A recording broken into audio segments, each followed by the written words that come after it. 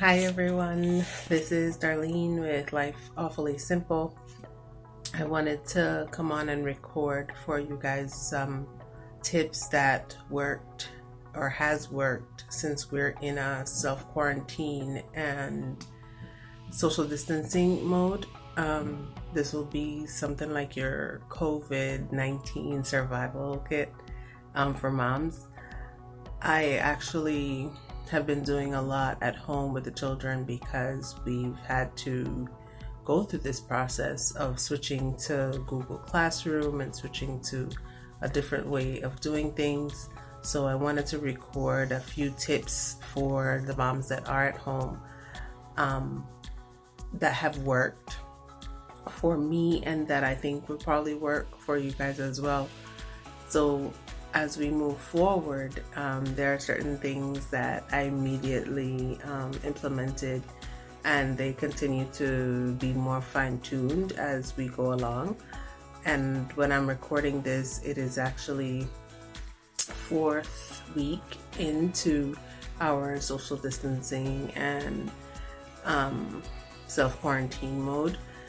I do have 4 children, and they are 11, 10, 9, and 7 years of age, and they are in different grades, each of them. So it has been quite a challenge to transition to having them home all the time and to me being home all the time because I generally work outside the house. So I did want to give you a few pointers, if you would, and it's just 5 quick tips. So tip number 1, if you have pen and paper and you're writing, or if you're just going to remember them, that's fine, would be for scheduling. Now, scheduling for me meant formulating something that would work at home and something that wouldn't be rigid but would still be structured. So if you can extrapolate from that what I mean by it being not as rigid as when the children were going to school every day, but it still needs to be structured enough so that you can get through a day's worth of work or get through a day's worth of time with them. Because if you were not a homeschool mom before, like myself, my children went to school 8:30 to 3, and if they were going to stay over for aftercare, it would be until 6 p.m. So those days were pretty long. However, during that chunk of time, I was outside of the house working and doing things outside the home. So having them at home all this time meant that I immediately needed some type of structure so that I didn't go crazy and so that they could also not feel constantly pinned down or to the wheel. So set up a schedule. In the mornings, it's after breakfast, then we actually get started with schoolwork, and then we take a break at about 1 p.m. to do lunch, and then we continue with schoolwork until about 3, sometimes 4 o'clock. We don't do PE in the morning. We do PE or physical education or going outside for activity at the end of the day, which would probably be about 4 o'clock. And here in Florida, where I live, it's pretty warm, so in the morning sometimes it may be a little bit too warm, and I want to kind of get their brain, that sharpness part of their brain for the schoolwork portion of it, and then in the afternoon to get out some of the energy that they've actually been trying to get out with me while we've been doing schoolwork. So if that makes sense. So that has been my number 1 thing, is having a schedule.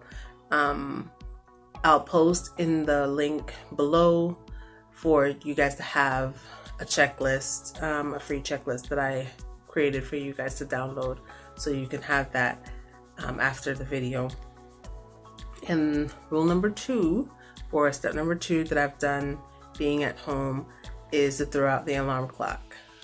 Now, when my children were in school 24/7, it seemed, because now we're home 24/7, it actually is 24/7. They would be getting up about 6:30 every day with music as their alarm to get them ready to go brush their teeth, make their bed, change their clothes, come down for breakfast, and then get everything together to go off to school. What I have done is thrown out the alarm clock, if you would. That's my terminology. And allow them to wake up as their body wakes them. Because they're still 11, like I said, through 7 years, range from 7 to 11 years of age. They are still getting up within that 9:30, 10 o'clock range. So that's fine for me. I don't wake them prior to. I do not let them go much later than that. Otherwise, it's too much to complete the amount of schoolwork that we need to for the day. However, I do let them sleep in, if you would. Their bedtime is a little bit later because we're not in a, like I said, rigid environment, like I said from tip 1, but we are in a structured environment. So they don't go to bed at 7:30 like they normally do. They don't get to bed until 9:30, 10, which then allows me to let them sleep in later in the morning. And then when they get up, we get started with our day, still in a routine, still structured. So that's what I mean for throwing out the alarm clock.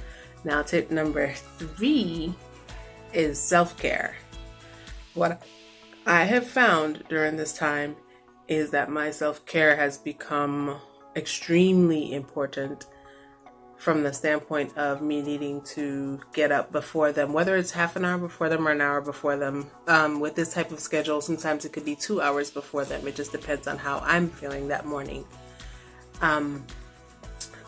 Get up and get some self-care done, whether it is stretching or a walk or some journal time or getting to read my Bible or, several different things. Whatever self-care looks like for you, I would definitely suggest getting up and doing that first thing before they get up or get going.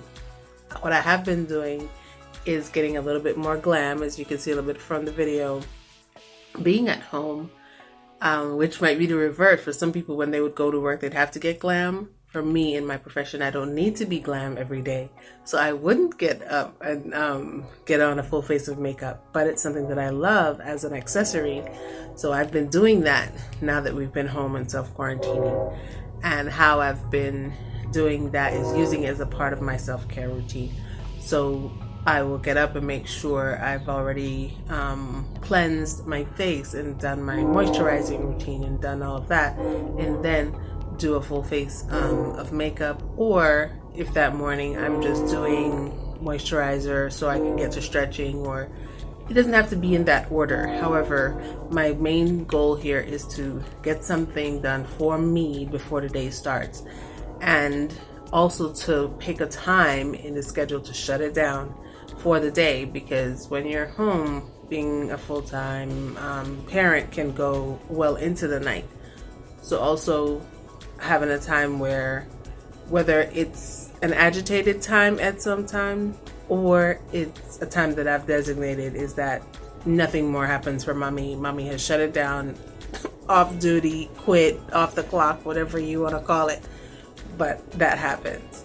So make sure that your self-care is included there. That is tip number 3.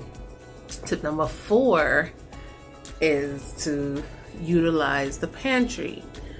Now, why that is a huge tip on my list and why it is big for me is because I didn't do most of the cooking prior to being at home. I do a bulk of it now, but that's probably just because the way the schedule has shifted, I now need to do that.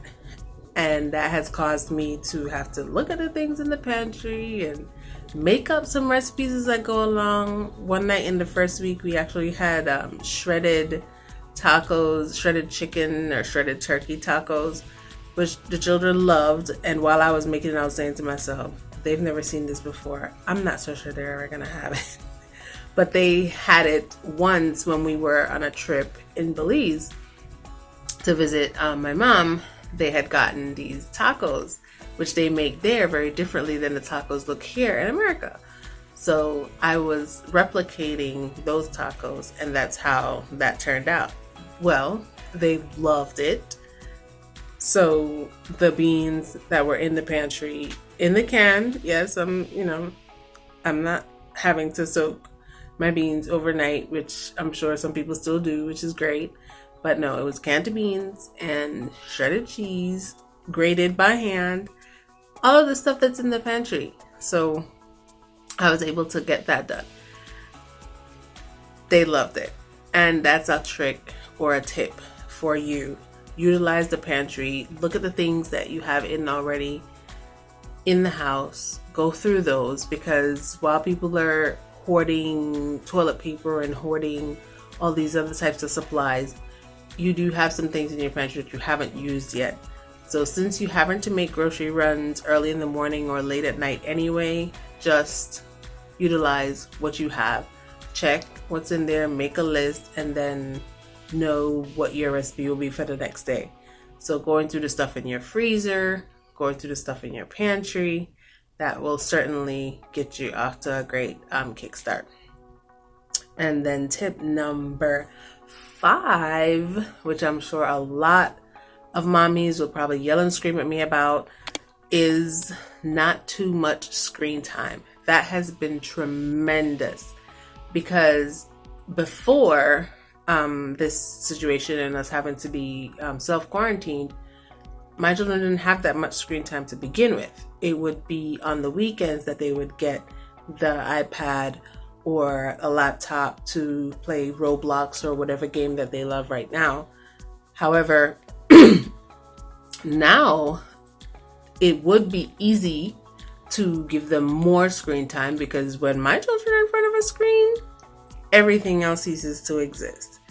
So it could just as easily be Armageddon outside and they wouldn't bat an eyelash, which means that would give me some more peace and quiet time. However, that's not the way that I have chosen to look at it, and it's not the way that I think you should look at it either. So give some more. Yes, they have gotten more screen time now than when they were in school and when things were different. However, not overboard, because I am a firm believer that the screen time definitely affects socialization. It definitely affects interaction. And I notice it firsthand because, like I said, I have 4 children that are a year and change apart. Therefore, I can tell when their agitation level shifts, how they work in their core group, how they work individually. That's why my suggestion is limit the screen time as best you can. And I also, in my profession, am a newborn caregiver. So if you guys stay tuned to my next video, I will be posting some tips for newborns and for mommies that are at home with newborn screaming babies or more than one newborn screaming babies. I'll definitely be dropping some tips for that. Alright, so I just wanted to come and give you guys those first 5 tips, and in case you didn't get them to write down, it is scheduling. Make sure you formulate a schedule. Throwing away the alarm clock is number 2. Self-care, getting up earlier than the children do in order to get yourself going. Utilizing the pantry, making the list or making the best of what's in there now. And the 5th one was not too much screen time. So I hope that helps, and subscribe, like, share the video, and I will come back to you guys next week and I'll let you know when the next tips are posted. All right, bye.